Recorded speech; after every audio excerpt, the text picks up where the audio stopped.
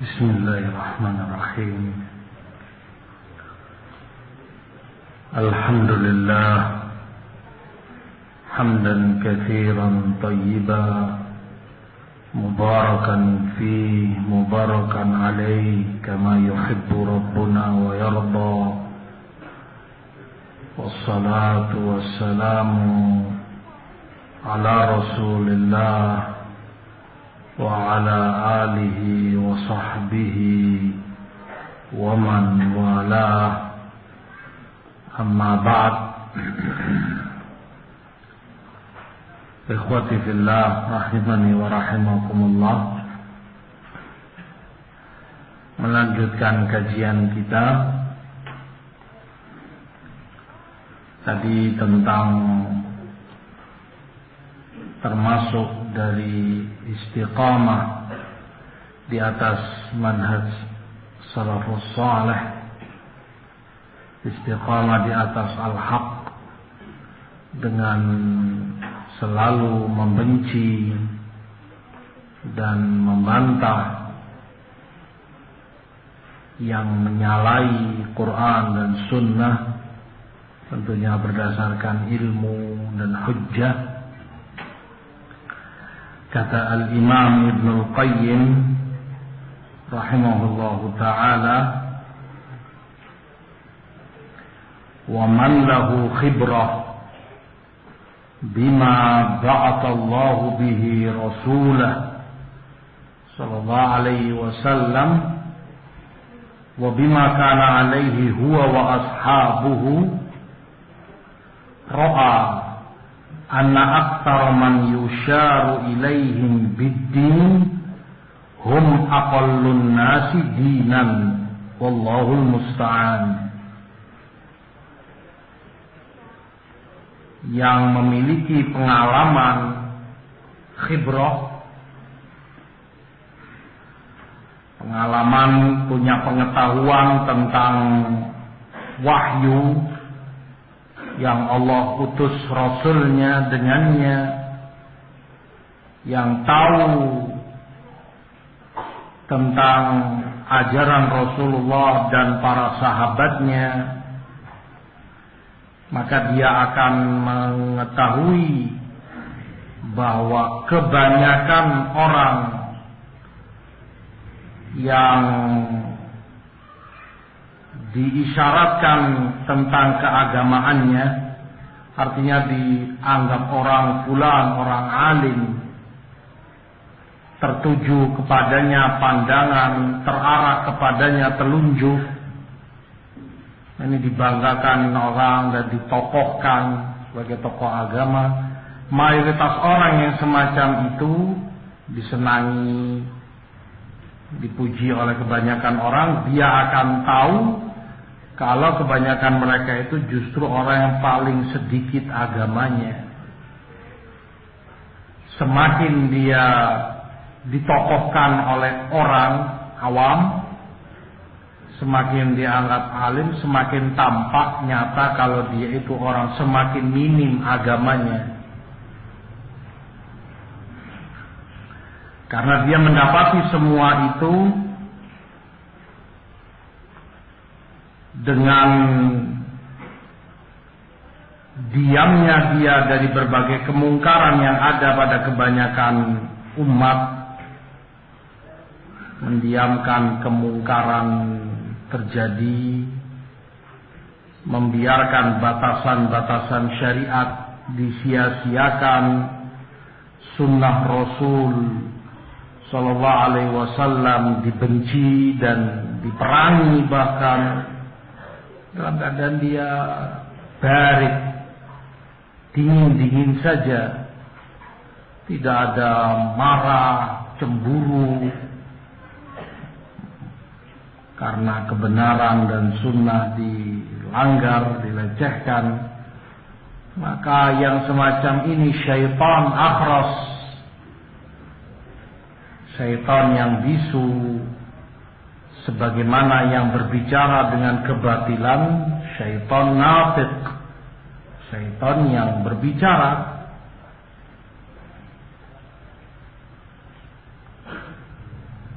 Diriwayatkan oleh Imam Ahmad asar annallaha auha ila malakin minal malaikah, bahwa Allah mewahyukan kepada malaikatnya, anikhsif bi qaryati kada wa kada, hancurkan desa ini, desa itu, dengan adab waliyadzubillah khasab, telan mereka oleh bumi, dibinasakan. Faqala rabbi kaifa wa fihim fulan al-abid. Malaikat ini karena iba dan tidak tahu tentunya, mengatakan, ya Allah, bagaimana engkau hendak hancurkan desa ini, sementara di situ ada fulan abid, ahli ibadah kepadamu, selalu berzikir, beribadah. Qala bihi fabda, kata Allah kepada malaikatnya, justru mulai dari dia. Khosab, azab ini engkau mulai dari si abid itu, si ahli ibadah tadi. Fa innahu lam yatama'ar wajhuhu fiyya yawman qat, karena dia sekalipun atau sehari pun tidak pernah merah padam wajahnya karenaku. Artinya dia tidak pernah cemburu, marah karena Allah, karena agamanya dipermainkan, syariatnya dilanggar. Dia diam-diam saja, tidak merasa tersinggung, tidak merasa marah, tidak pernah merah wajahnya ketika agama Allah dipermainkan. Mulai dari dia. Wala'iyadzubillah.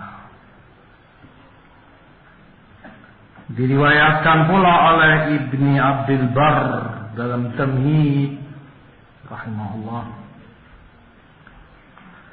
anna Allah subhanahu auha ila nabiyyin min anbiya'i,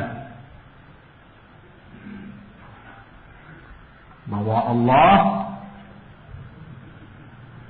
mewahyukan kepada seorang nabi dari para nabinya alaihimussalam, an kulli fulaniz zahid, katakan kepada hambaku itu fulan yang ahli zuhud, amma zuhduka fid dunya faqad ta'ajjalta bihi raha, adapun zuhudmu di dunia untuk dirimu sendiri sudah kamu dapati keuntungannya nyata, yaitu kamu rahat. Kalau kamu tidak tersibukkan dengan dunia, tidak terganggu dengan hiruk pikuknya dunia, maka di satu sisi zuhudmu terhadap dunia, walaupun itu ibadah, kebaikan, di sisi lain itu keuntungan yang langsung kamu dapati di dunia. Kamunya tenang.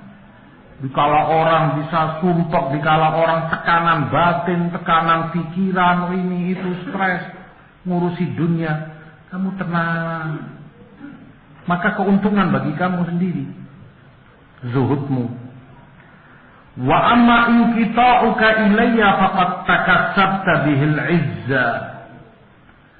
Adapun engkau terfokus beribadah kepadaku, engkau telah dapati pula kemuliaan dengannya. Kembalinya kepada si hamba itu sendiri keuntungan pribadi baginya mendapat kehormatan dan kemuliaan. Kata Allah kepada nabinya untuk menyampaikan kepada ahli zuhud itu, walakin madza amilta fima li alaika. Tetapi pertanyaan Allah padamu, apa yang kamu lakukan untukmu? Afwan, apa yang kau lakukan untukku, kata Allah. Apa yang engkau amalkan untukmu, yang itu untukku, astagfirullah. Apa yang kau amalkan untukku, kata Allah, yang itu kewajiban atasmu. Apa yang kau persembahkan untukku, kata Allah, yang itu merupakan kewajibanmu, hakku atasmu. Qala ya Rabbi wa ayyu syai'in laka alayya. Dia menjawab, wahai Rabbku, apa memang yang menjadi hakmu dan itu kewajibanku, hamba si manusia. Apa yang itu menjadi hakmu bagimu ya Allah, dan itu kewajibanku. Qala hal walaita fiyya waliya au adaita fiyya aduwa. Kata Allah, apa engkau berwala kepada waliku, memberikan loyalitas, wala, cinta, membela orang yang membela Allah, membela agamanya, membela kebenaran, berdakwah padanya. Apa engkau pula berada memusuhi, antipati kepada musuhku, musuh Allah yang menentang dan menyalahi Quran dan Sunnah para ulama salaf? Apa engkau musuhi mereka, engkau benci mereka? Itu hak Allah atas hambanya yang tidak ditunaikan oleh si hamba dengan baik. Ada berzuhudnya keuntungan bagi dia, rahat, dia tenang. Adapun fokusnya dia dalam beribadah, dia stressing di situ, juga keuntungan bagi dia mendapatkan kemuliaan. Lalu apa yang untuk Allah yang dia persembahkan, yang itu kewajiban dia, yaitu ini, berwala kepada kebenaran dan orang-orangnya, membela, mencintai mereka. Seperti Imam Ahmad tadi sebutkan kepada Musaddad ibn Musarhad, cintai ahlu sunnah dengan apa yang ada pada mereka, taati dan ikuti, berkeyakinanlah seperti keyakinan mereka, bela mereka, berloyalitas pada mereka, dan membenci musuh-musuh Allah.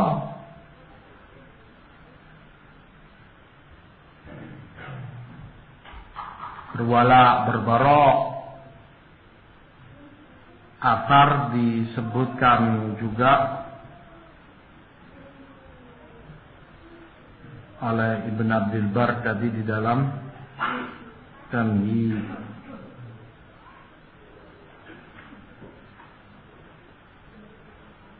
Dengan demikian, ikhwati fillah rahimakumullah,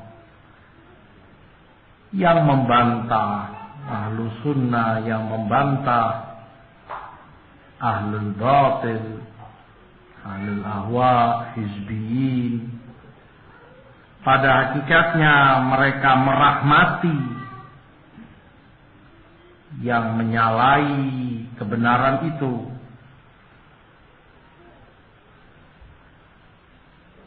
Selain dia sendiri dengan membantah telah merahmati dirinya sendiri. Karena dengan dia membantah, dia selamatkan dirinya dari dosa meninggalkan ingkarul mungkar. Sementara dia orang alim, paham dan berilmu, mengerti itu kewajiban dia, hak Allah yang harus dia tunaikan. Dia selamat dari dosa itu. Demikian kata Imam Ibnul Qayyim seperti dalam I'lamul Muwaqqi'in. Dia merahmati dirinya sendiri sebelum dia merahmati orang lain. Sebelum dia merahmati yang dia bantah, bahkan yang dia tahdid, yang dia hajar, rahmat. Makanya kata Syekhul Islam rahimahullah, wa huwa rahmatun bi'umumil khalq, dan itu pun rahmat kepada segenap umat manusia. Hatta yahdharul munharif anis shawab wa yajtanibul wuqu'a fi ma yad'u ilaihi, sehingga umat bisa berhati-hati dari yang menyimpang ini dan menjauh dari seruan-seruannya, seruan-seruan yang menyimpang, agar umat tidak ikut serta dalam dosanya. Karena kalau dibiarkan semakin menumpuk dosa orang ini, si dai ini yang menyeru kepada kesesatannya, miskin. Makanya dengan dia dihentikan, rahmat bagi dia supaya tidak menumpuk dan bertambah dosanya. Rahmat agar tidak semakin banyak dosa dan kesalahannya, tidak semakin banyak orang terfitnah karenanya. Dari Asim al-Ahwal diriwayatkan oleh Uqaili dalam Du'afa, Khatib dalam Tarikh Baghdad, Al-Lalikai dalam Sulus Sunnah. Asim al-Ahwal menyatakan, jalastu ila Qatadah, aku pernah duduk bersama Qatadah, Imam Qatadah ibn Di'amah As-Sadusi rahimahullah. Fadzakara Amr ibn Ubaid, di majlis Qatadah menyebut Amr bin Ubaid, dicela, dijarah, dijelek-jelekkan. Fawaqa'a fihi faqultu ya Abul Khattab. Asim al-Ahwal merasa nggak tepat ini, nggak enak. Amr bin Ubaid tampak orang khoyir, orang akhlak, orang begini begitu. Qatadah menjarah dan mencelanya. Maka kata Asim, wahai Abul Khattab, punyanya Qatadah, ala aral ulama yaqa' ba'duhum fi ba'd. Bukankah kita tidak pernah melihat para ulama itu ada yang mencela satu pada yang lain? Artinya mereka semestinya saling menghormati, saling menjaga, bukan seperti ini, mencela, membicarakannya. Qala, kata Qatadah menjawab, ya Ahwal, wahai al-Ahwal, laqabnya Asim, awala tadri anna ar-rajula idza ibtada'a bid'atan fayanbaghi laha an tudhkara hatta tu'lam. Tidakkah kamu tahu orang itu jika melakukan kebid'ahan harus disebut agar diketahui dan orang bisa waspada, bisa berhati-hati dengannya, tidak tertipu dan tidak terbawa pada penyimpangannya. Harus, kalau disebut mana orang bisa tahu, mana orang bisa waspada. Fajitu min indi Qatadah wa ana mughtam liqaulihi fi Amr bin Ubaid. Kata Asim, setelah dari Qatadah itu aku muhtam. Muhtam ini gham, beban dalam hatiku, beban dalam benakku, pikiranku. Gak enak. Qatadah mencela Amr bin Ubaid. Wa ma ra'aitu min nusuki Amr wa Ubaid wa hadiyih. Karena yang aku tahu ini ibadahnya Amr bin Ubaid, hadiyu itu akhlaknya. Tampak orang Masya Allah, bukan orang yang beringat, kemudian tutur katanya ngelantur, ngawur seperti orang fasik, itu bukan. Amr bin Ubaid orangnya Masya Allah, ibadahnya kelihatan orang akhlak, Masya Allah, ibadahnya hadiyu. Sikapnya, hormatnya ke orang, tutur katanya, baktinya kepada orang tuanya, wah ininya, jenggotnya mungkin, pakaiannya, ininya, secara lahirnya membuat orang terpesona.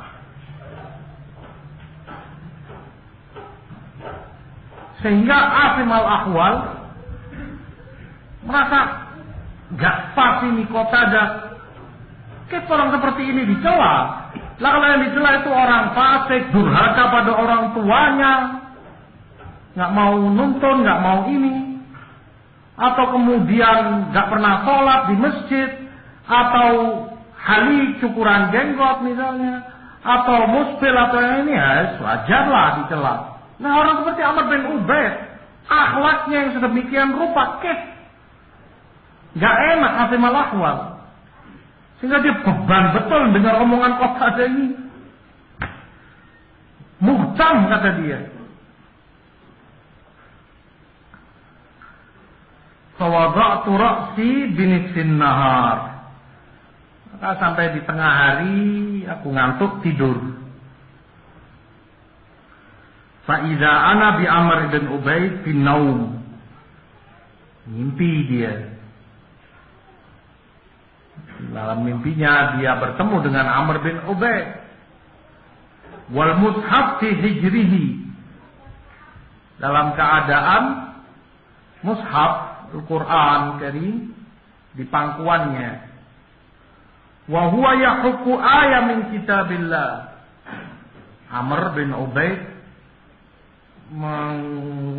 menggosok, menghapus atau mencoret-coret ayat dalam Quran yang tidak sesuai dengan akal dan pendapatnya. Qultu subhanallah, tahukku ayat min kitabillah. Aku ingkari. Subhanallah, kif kamu Amr, ayat kamu coret, kamu gosok, kamu hapus. Qala inni sa'u'iduha. Ya sudah, kata Amr, akan aku kembalikan lagi nanti ayat ini. Fatarakahu hatta hakkaha. Dibiarkan, tapi kemudian dia coret lagi ayat lain lagi. Fakultu lahu a'idha. Aku ingatkan lagi, kembalikan, kamu tadi janji mau kembalikan, malah kamu hapus yang lainnya. Qala innila astati. Kata Amr bin Ubaid, aku nggak bisa mengembalikannya lagi. Artinya ditunjukkan kepada Asim al-Ahwal hakikat Amr bin Ubaid,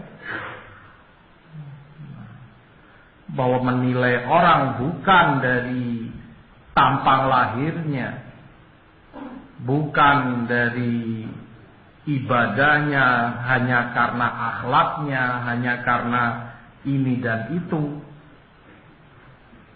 Kefikohan untuk orang itu bisa kamu percaya, kamu ambil agamamu darinya, ilmu lebih dari sekedar kesolehan dia. Kata Imam Malik Ibnu Anas, aku dapati di masjid ini, Masjid Nabawi, tempat beliau, sekian banyak orang soleh. Kalau masing-masing dari mereka diamanati Baitul Mal, segudang emas, dinar atau dirham dari Baitul Mal, masing-masing diamanatkan padanya, wallahi dia terpercaya. Karena solehnya dia, karena amanat dan akhlaknya. Terjamin, gak akan dia curang untuk nyuri, nyambil dan korupsi, gak akan. Demi Allah terpercaya masing-masing orang ini kalau diamanati Baitul Mal. Tapi wallahi kata Imam Malik, tidak satu pun dari mereka aku percaya dalam masalah hadis.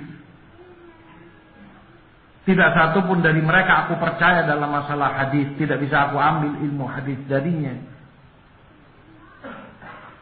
Karena ilmu beda dengan kesolehan. Kesolehan untuk dia sendiri. Adapun kamu mengambil dia sebagai orang yang kamu dengar ilmu agama darinya, beda lagi. Soleh-soleh pada dirinya, alhamdulillah. Tapi salah ilmu, itu menentukan agamamu, kif orang ini.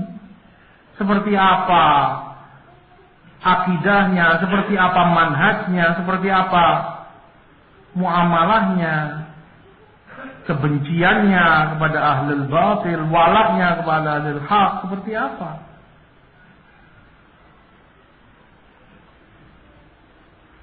Sementara dia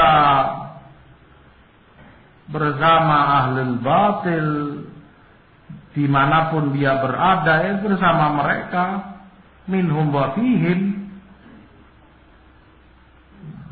di negeri sini, di negeri sana, itu bersama mereka selalu. Di acara-acaranya mereka, di daurah-daurahnya mereka, di acaranya mereka. Dijadikan ikon dan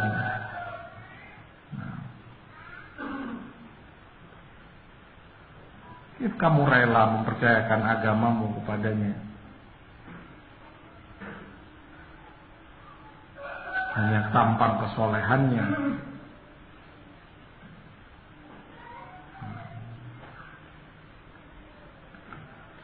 wala haula wala quwata illa billah. Seperti kata Imam Qatadah rahimahullah, jika orang itu ada kebid'ahannya,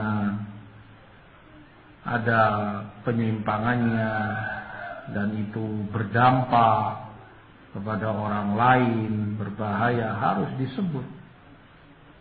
Dan itu kewajiban seorang alim, hak Allah atasnya, menasehati hamba-hamba Allah yang lainnya.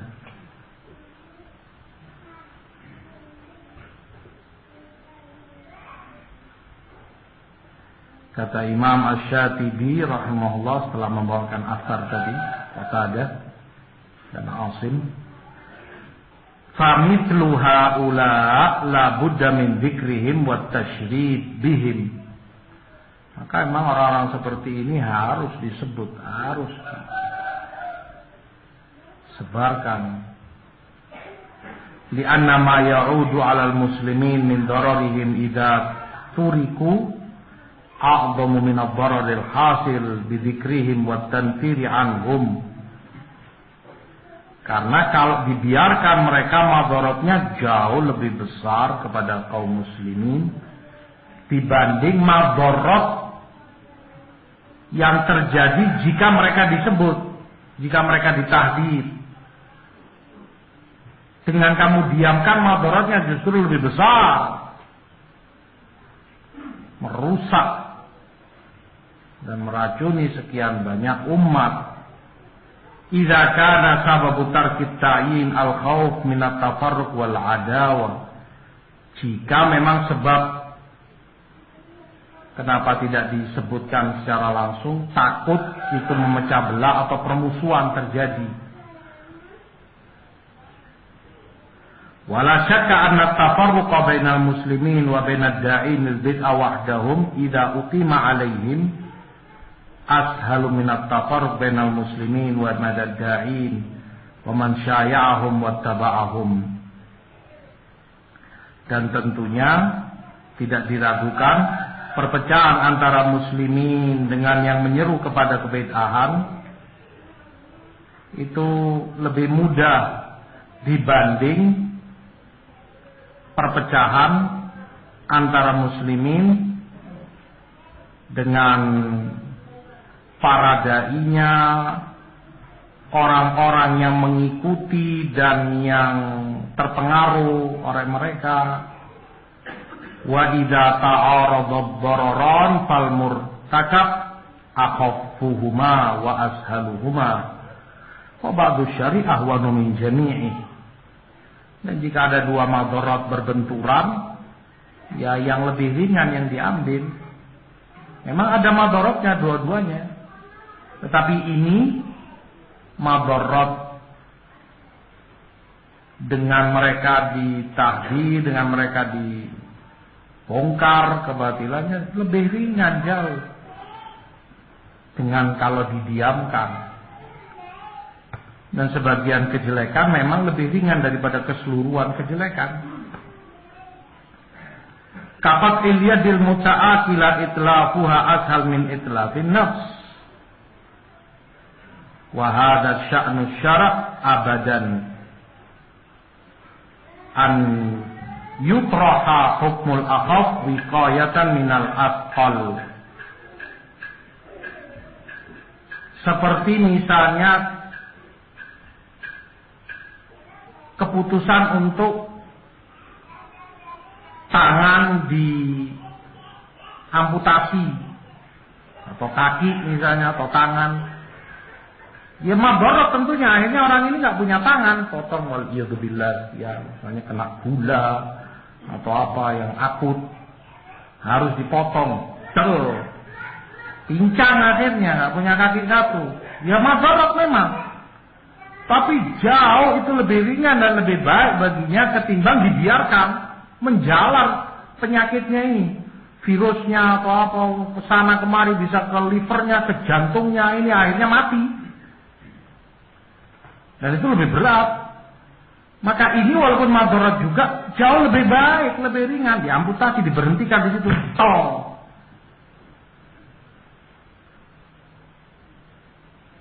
Dan itu sifat syariat selamanya. Yang lebih ringan itu yang diambil, supaya selamat dari yang lebih berat madaratnya.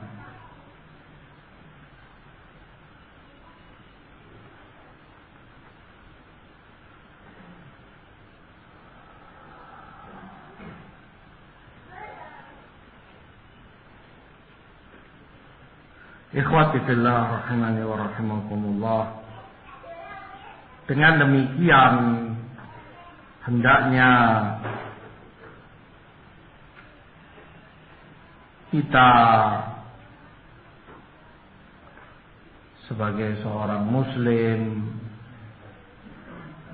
dan mengaku cinta kepada salaful ummah, kembali kepada mereka, hendaknya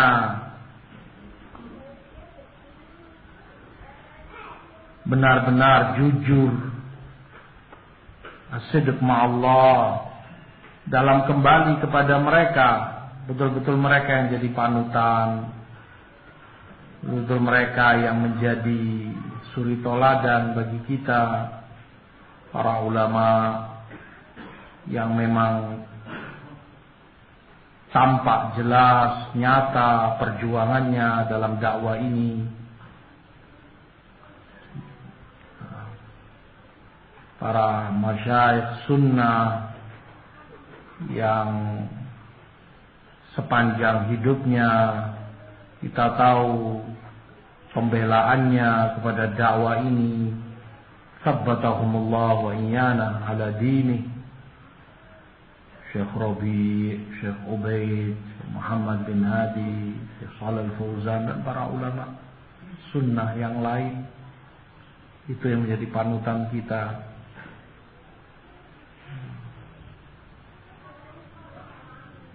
Makanya pernah Syekh Rabi hafizahullah sebutkan, membantah mereka yang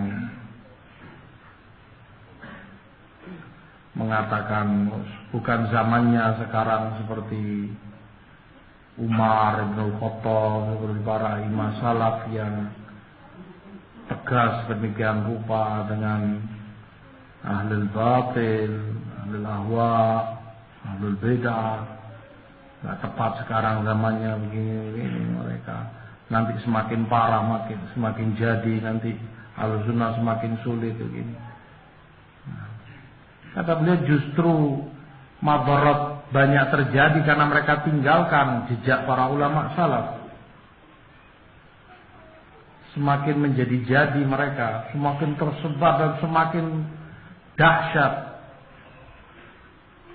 kebatilan mereka, semakin berani. Kalau saja mereka menerapkan sedikit, umat ini mau menerima dan mencontoh seperti Umar Ibn Khattab. Bagaimana beliau perlakukan Subair, pukul kepalanya.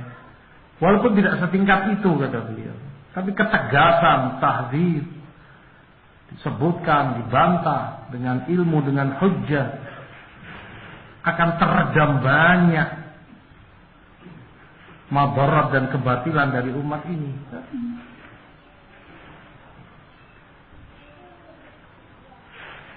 Lau annaka nadaita hayyan la asma'tahu walakin la hayata liman tunadi. Seperti penyair katakan, kalau saja orang hidup yang kamu panggil, kamu akan memperdengarkan, artinya dia akan dengar, dia hidup, masih punya pendengaran. Tapi apa daya yang kamu teriaki, yang kamu panggil-panggili, tidak punya kehidupan lagi, orang mati. Kamu teriak, woi, bangun, ayo, sampai tenggorokanmu putus pun nggak akan bisa dengar dia. Artinya peringatan ini hanya berguna bagi yang hidup hatinya iman al-qasam'a wa huwa syahid, bagi yang mau mendengar dan hadir hatinya, siap untuk tunduk dan taat kepada kebenaran. Waffaqallah al-jami' lima yuhibbu wa yarda. Semoga Allah berikan taufik kepada kita semua kepada yang Ia cintai dan Dia ridhai. Amin ya rabbal alamin. Wa sallallahu ala nabiyina Muhammad. Kurang dan lebihnya saya mohon maaf. Wa akhiru da'wana alhamdulillahi rabbil alamin.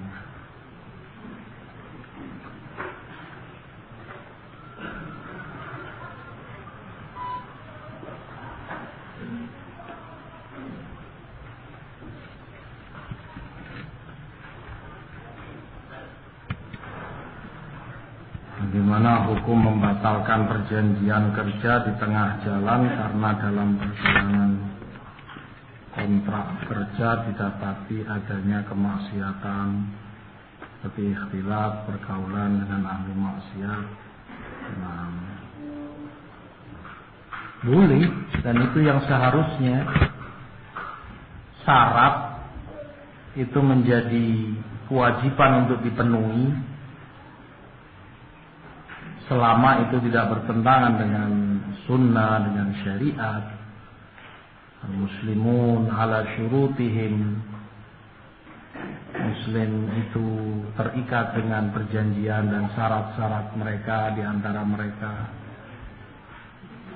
Nah, illa syartan ahalla haraman au harrama halala, kecuali syarat yang menghalalkan yang haram, haramkan yang halal, batil. Wa kullu syartin laisa fi kitabillah fa huwa batil wa in kana mi'atu syart. Dan setiap perjanjian syarat yang bertentangan dengan Quran maka itu batil walaupun 100 syarat atau perjanjian. Nah, hanya saja pengalaman kamu lebih baik ke depan kamu pertegas di awal perjanjian selama ini dalam kebaikan, dalam koridor syariat. Jika ada pelanggaran maka kita berhentikan ini itu, sehingga tidak ada ruang bagi partnermu untuk bisa menipu atau merugikan kamu.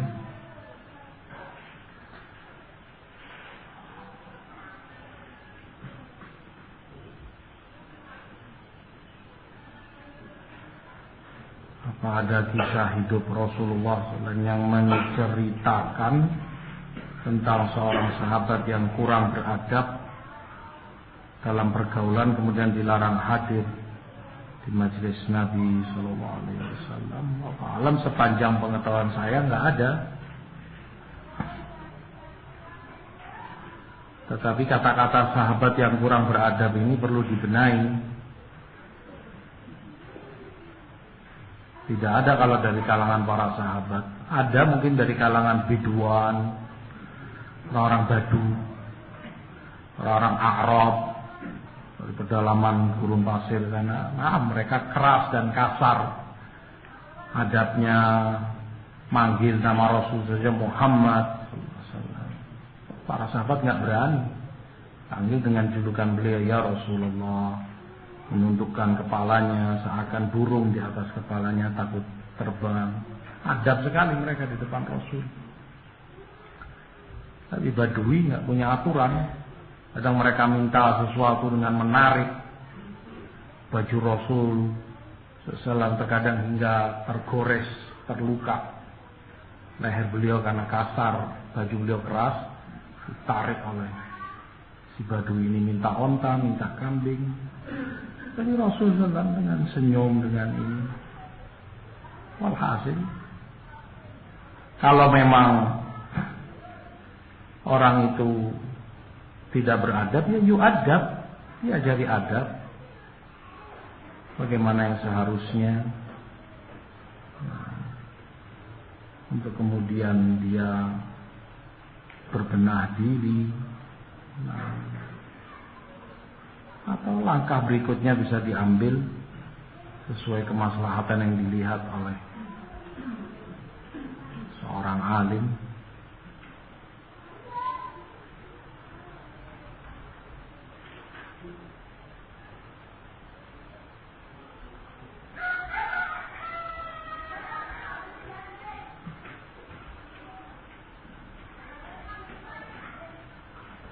Bagaimana yang dimaksud dengan kaidah taklif yang dijelaskan oleh Syekhul Islam Ibnu Taimiyah rahimahullah? Seperti yang beliau sebutkan, jika memang kemaslahatan tidak memungkinkan untuk dihajar, untuk ditahdid karena satu dan lain hal, maka taklif ini yang lebih dilakukan, diambil kedekatannya untuk dia lebih dekat kepada sunnah. Tidak berarti kamu mengorbankan agamamu. Kadang seperti para ulama salaf sebutkan, kunna inna wujuhana la tadhaku ila aqwam wa qulubuna tal'anuhum.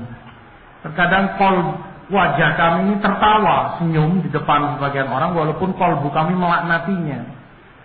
Kami benci luar biasa padanya, tapi terkadang ini orang dikhawatirkan kejahatannya, kita tidak mampu membendung itu, ini. Kadang kita harus jaga diri ini. Penerapan itu pun yang kita dengar dari beberapa ulama seperti Syekh Rabi sendiri, hafizahullah. Wah, ini ijtihad Syekhul Islam rahimahullah, dan beliau siapa beliau, keilmuannya ma'ruf, tidak diragukan lagi. Hanya saja kata beliau, yang kita tahu dari para ulama sunnah sebelum Syekhul Islam tidak ada yang berkata demikian. Artinya yang kita tahu dari para imam seperti As-Sabuni dalam Aqidatus Salaf, Imam Baghawi, Imam Barbahari, dan para imam salaf, ketika menyebutkan ini menyebutkan secara umum. Imam Ahmad dan yang lainnya dihajar, ditahdid, dijauhi. Makanya juga kata beliau yang menguatkan ini, kita melihat seperti Imam Ahmad. Beliau mentahdir Harits Al-Muhasibi, beliau mentahdir fulan dan fulan, tokoh-tokoh kebedaan di zamannya. Padahal apa berguna tahdir itu kepada mereka? Apa ada hasilnya? Kan nggak ada. Merekanya tetap dalam kesesatannya. Sikap tahdir Imam Ahmad, sikap keras Imam Ahmad tegasnya kepada mereka, dalam tanda kutip, kepada merekanya tidak begitu efektif. Terbukti mereka tetap nggak berubah, nggak kemudian merasa sadar, oh kalau gitu anak keliru dijauhi Imam Ahmad, ditahdir berarti anak ini salah, anak harus berubah menjadi baik. Enggak. Ya tetap seperti itu mereka. Tetapi dengan tetap itu apa berarti pula Imam Ahmad mencabut tahdirnya, mencabut sikapnya? Tidak juga. Tetap saja Imam Ahmad dalam sikapnya mentahdir dan menyuruh umat untuk menjauh darinya. Allah Ta'ala alam, yang jelas itu yang kita tahu dari para ulama kita. Kalaupun Syekhul Islam seperti tadi dipertimbangkan masalah tetapi bukan seperti yang mereka pahami. Seakan mengabaikan sama sekali maslahat dirimu sendiri yang meninggalkan. Kamu menjauh darinya. Kalau kamu nggak bisa mentahdir, jangan ditahdir. Kamu nggak bisa menyuruh orang menghajar dia, jangan disuruh, tapi dirimu sendiri.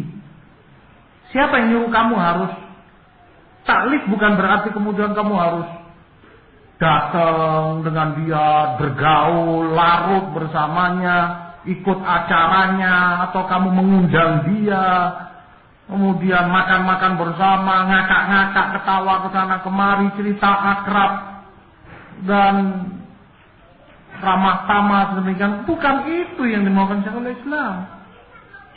Tapi kondisi-kondisi tertentu yang tidak memungkinkan tadi. Wallahu a'lam.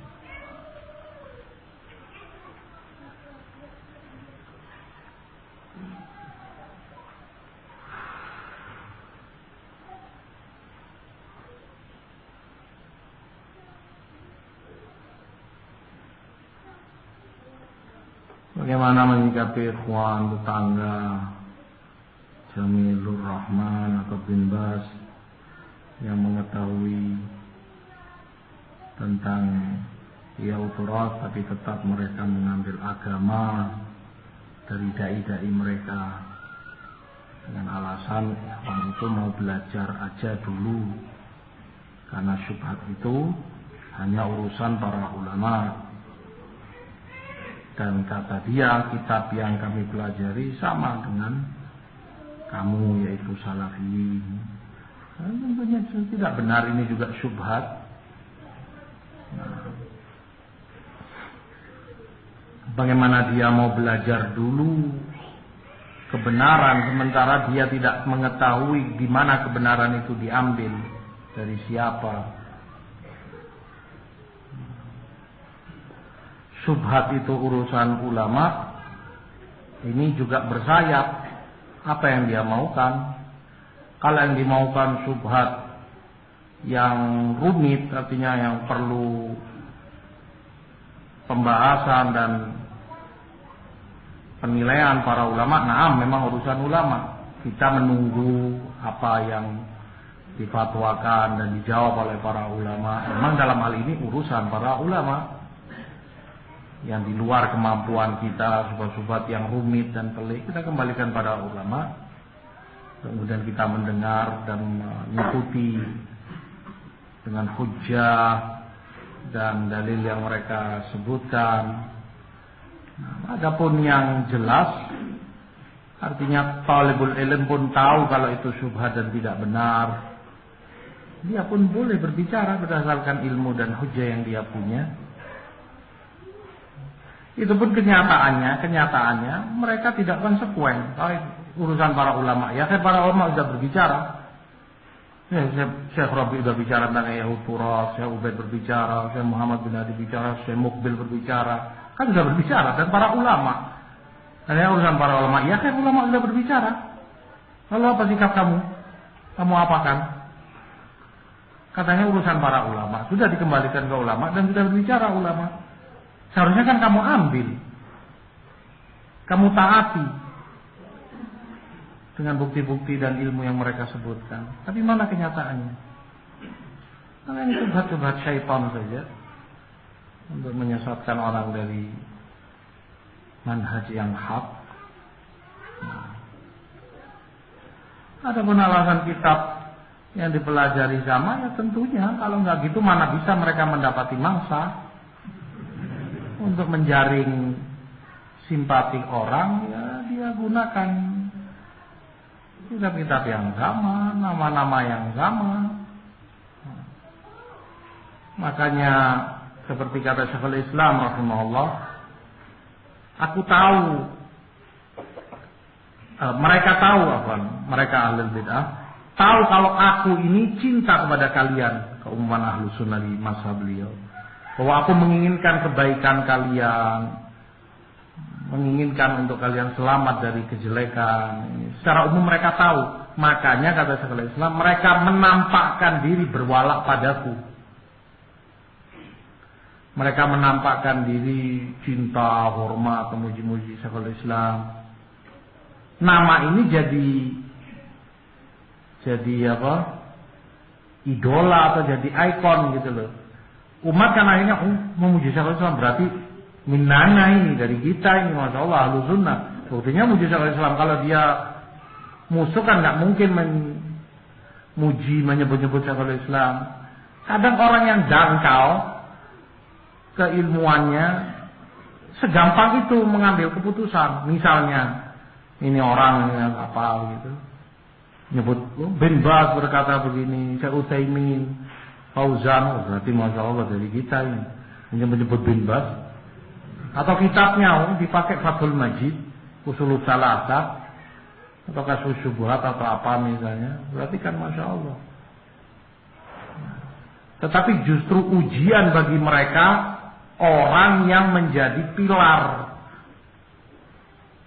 dalam masalah-masalah semacam ini. Makanya para ulama sebutkan bahwa beberapa imam dijadikan ukuran. Yang mencintai fulan, ketahui dia ahlus sunnah. Yang membenci fulan, dia bukan dari ahlus sunnah.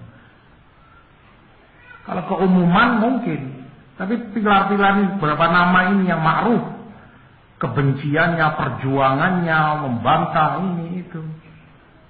Orang-orang semacam ini berani mereka baca kitabnya Robi bin Hadi Al-Madkhali, bantahan kepada Ayyau Turab, membagi-bagikan kitabnya Syekh Robi. Ada, tunggu sampai linggis mengambang. Ya nggak mungkin. Sengaja yang dia mau yang lentur dan yang misalnya bisa disepakati oleh kedua belah pihak. Wah, ini bin Baz. Untuk jebakan awal sebagai batu loncatan yang disenangi oleh keduanya, nama-nama ini atau buku-buku yang semacam ini. Di situ tampak warna asli seseorang kalau sudah menginjak nama-nama ini tadi. Syekh Robi, Syekh Ubaid, Syekh Muhammad bin Hadi. Alhasil, makanya mereka di sana, di Madinah, di Mekah, di Riyadh, sampai mengeluarkan nama, disebarluaskan nama mereka, nama-nama orang yang jelek, orang yang harus ditinggalkan, perusak, memecah belah umat. Sebutkan namanya Robi bin Hadi, Muhammad bin Hadi, Abdullah Al-Bukhari, Ubaid Al-Jabri, fulan. Nggak dimasukkan nama-nama fulan yang dalam tanda kutip. Jangan disalahpahami berarti bin Baz, enggak. Bin Baz imam rahimahullahu ta'ala, Syekhul Islam di zaman ini seperti para ulama sebutkan. Tapi yang kita maksud nama-nama lain yang terkadang cenderung ke mereka dan dipakai oleh mereka, digunakan dalam acara-acaranya, daurah-daurahnya. Dan bukan jaminan kalaupun dia anak dari seorang ulama besar. Bagaimana pendapat tentang pihak mengingkari jam'ul kalimah dengan anggapan bahwa itu sebagai sikap hizbi. Karena jam'ul kalimah ajaran dan bahkan prinsip dalam syariat sangat penting. Bahkan syariat diturunkan untuk itu, mempersatukan umat ini. Dan tidak ada ayat, tidak ada hadis kecuali menyerukan, mengajak kepada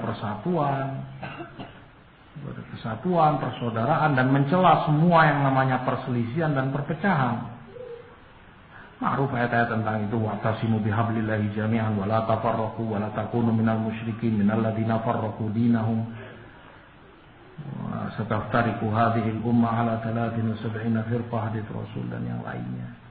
Hanya saja yang dikehendaki bagaimana caranya dan apa yang dimaksud dengan jam'ul kalimah ini.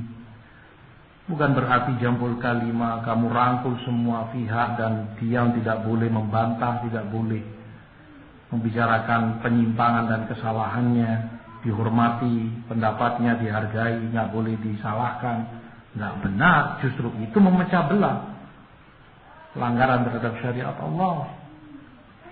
Justru yang menyeru kepada kebenaran, membantah yang batil, dia yang mempersatukan umat, dia yang jam'ul kalimah. Sebagaimana Syekhul Islam bicarakan dalam muqaddimah fatwa beliau tentang al-aslu fil jamaah.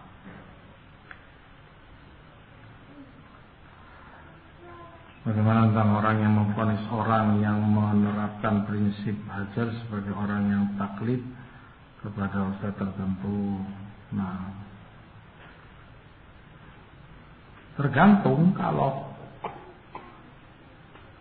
penerapan ini tidak berdasarkan